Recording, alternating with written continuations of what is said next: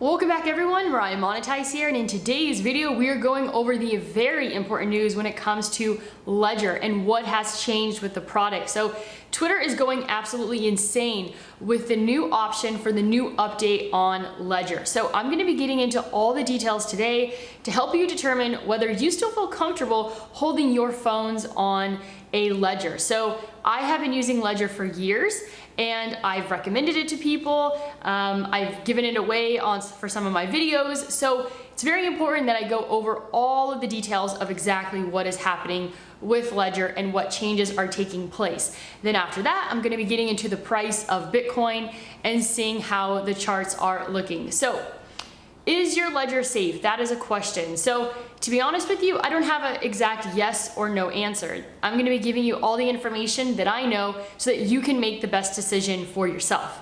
That's how all of this works, right? In Bitcoin, cryptocurrency, just being an adult. We gather information, we make decisions for ourselves, and we don't blame other people for the decisions that we have made. So, like I said, I've used it for years, and so there is this new recovery option that Ledger is now offering. It involves KYC, and it also basically integrates this multi-sig situation to where right now with Ledger Nano S, you have your device and there is a passcode. So if you have the passcode, you can plug the device into your computer and you can access your funds through that passcode by having the device. Let's say, for example, that your Ledger gets damaged or stolen. There is a 24-word password. And what you could do is you could actually buy a new Ledger, use the 24 words, and you could actually reset and be able to access your funds that way. So you basically have these two things. You have the Ledger and the passcode. You have to know the passcode to access your Ledger, and then you have the 24 words. So if one gets damaged or something happens to it, you can basically recover it. So what Ledger is implementing is this service, okay? And if you have a Ledger Nano S, which is the ones that I have given away to people on my channel, it's actually not available. This upgrade is not available for the Ledger Nano S. It's actually only available for Ledger Nano X. It is a monthly service, so you would have to actually opt into this service to be able to receive it. So what they're trying to do is accommodate to the masses. So if you're someone that isn't super familiar or you don't trust yourself when it comes to managing your own crypto, this gives you the option for $10 a month. If something was to happen to your Ledger device and your 24-word password, with verifying your identity, you could be able to then access your funds that are stored on your Ledger. And so this basically is like not really self-custody because you are getting someone else involved in your cryptocurrency. I would say that it's not as bad as holding your funds on a exchange, but it's just a level above that in a sense, I guess you could say. So it's not automatically enabled, so you don't have to worry about that. And so to understand when it comes to these hardware wallets is Ledger basically is all open source except for one component. But Ledger has never had any situations where they have been hacked. Trezor, which is another hardware wallet, is completely open source, but there was something found that with a very special computer, if someone had access to your Trezor for 15 minutes, they could access the funds. So that kind of gives you an understanding of the vulnerability aspects of it all. So if you don't want to be involved in this, then if you have a Ledger Nano X, do not do not install the firmware update. So there is a question out there, is Ledger doing this to comply with potential government regulation? We don't really know. We're still waiting for a bit more information. So I'm gonna go ahead and just kind of read this thread here that I also found to help you kind of better understand the situation.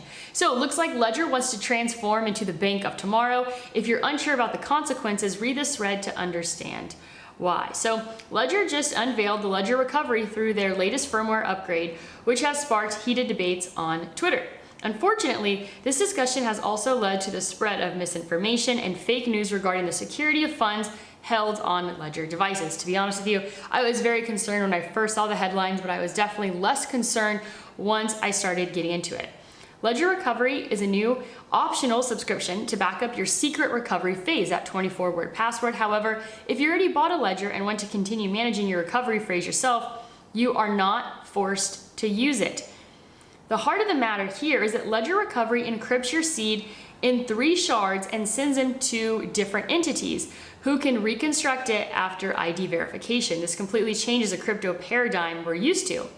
Hardware wallets like Ledger and Trezor have always been considered the safest option, as offline devices are resistant to hackers and any other third-party attacks.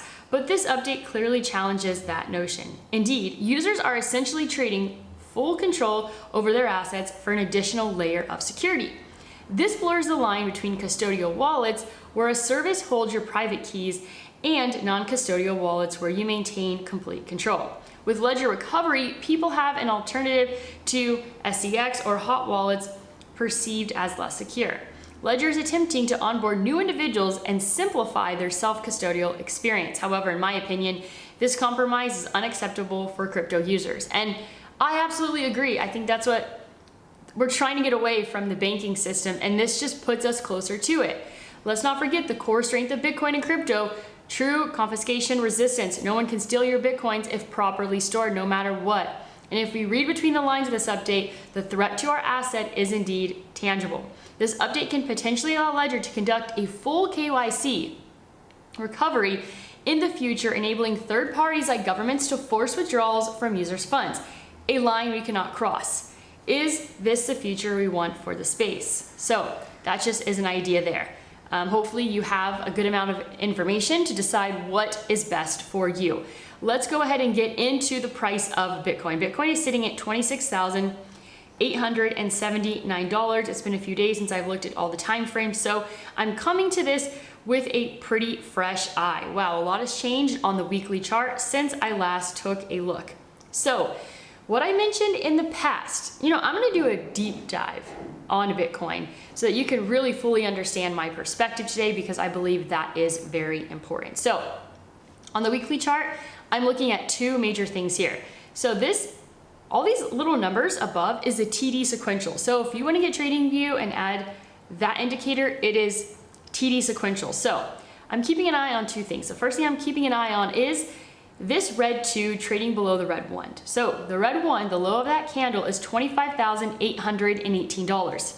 If Bitcoin starts trading below that, I will then be ready to start putting buy orders at about 22.5 in that range. The second thing I'm looking at is this green moving average crossing over the red. If you go back to the very beginning of time on Bitcoin on the 7-day chart, and you focus on the green crossing below the red, that would be the time to sell, and then the time to buy would be in a situation like this right here, the green crossing over the red. Massive buying opportunity, right? Even if you didn't get to buy until the top of the candle, approximately, which is around the second candle, you'd be buying at 21,000. You could have rode the wave $10,000. If you backtest that indicator on Bitcoin's weekly chart, it is very reliable. Okay, so if we look back at Bitcoin's previous market cycle, we can anticipate the green to cross below the red once again. As you can see, it got close here. So the red 2 trading below the red 1, it happened here, but the crossover never happened, okay? It is just one signal of it could potentially happening, okay? So I'm saying just keep a close eye. Because this right here actually looks like this, but then Bitcoin bumped right above that, so we have to also be cautious of that. But what I want to show you is back after Bitcoin hit $20,000, okay, we want to look at how the price action played out. So what I'm talking about is, let's see, what I'm talking about is over here. This is going to be a very interesting comparison for you to take a look at. So let's see here. Where am I looking? So Bitcoin hit 20,000, okay. It pulled back all the way down over here to about $3,500, okay. Then it ran up to 13. I am comparing this price of 13,000 structurally to what we are seeing currently, a Bitcoin hitting 31,000. I don't believe that Bitcoin will get above that for a long time. what I see happening is this, okay? This is what I see happening, the cross down, because this is like buying Bitcoin at the $21,000 mark when it crossed over a few months ago, and then riding that wave up. But I believe this is coming, and that the buying opportunity is coming. That is how I see the Bitcoin price action playing out on the weekly chart. Let's look at the daily chart. So the daily chart here, still looking very weak, unbelievably weak. Okay, Bitcoin has made a clear lower low, and it does not look close to making a higher high anytime soon. This is a 12-hour chart, which is also looking rather weak. Bitcoin failed to make a higher high. Let's see if it will make a lower low. The low of this candle, like I said, 25,818 is a key number to be keeping an eye on. The 4-hour chart looks terrible. Our chart, hourly chart, is looking a little bit better, but this is nothing that would have me interested in taking on any short-term trades on Bitcoin. This is the 30-minute chart, which is looking okay. I still wouldn't be having enough faith or trust. This is the 15-minute chart, Bitcoin getting a little bit of a bump.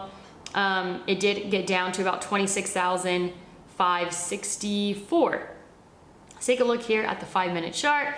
So 5-minute chart here is looking a little bit decent. So Bitcoin looking okay on shorter time frames, but not good on anything like the 30-hour or above that. So this right here is the 15-minute chart. The market opened here, traditional markets, as you can see, Bitcoin had a bit of a pullback, but there was that 10 a.m. reversal. And so if you're able to get Bitcoin on the 10 a.m. reversal, then you'd be up a couple $100, nothing serious. But the 10 a.m. reversal, I would say it played out on Bitcoin. So I'm pretty sure that it definitely played out when it comes to S&P. Let's take a look here at SPY. So this is a 15-minute chart on SPY. Today is the 17th. Let's go ahead and see here. So let's see that. So yeah, this is the opening candle basically, and that was, we saw right here that 10 a.m. reversal. So the bottom of the 10 a.m. candle here is a low of 410, and then SPY is back up to 414. So a hard 10 a.m. reversal actually there on SPY. And so that we could see some correlation here, seems like Bitcoin's kind of riding the tail of that SPY little pump there. So back over to the cryptocurrency space, we have Ethereum at 1805.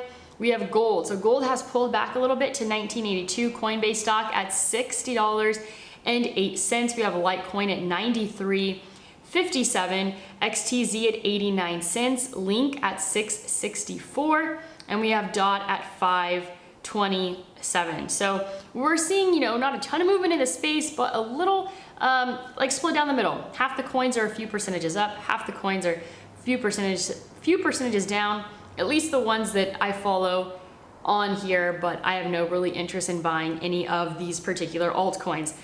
Tesla is up today to 173.22. Let's take a look here at marijuana stocks. Marijuana stocks actually looking pretty decent.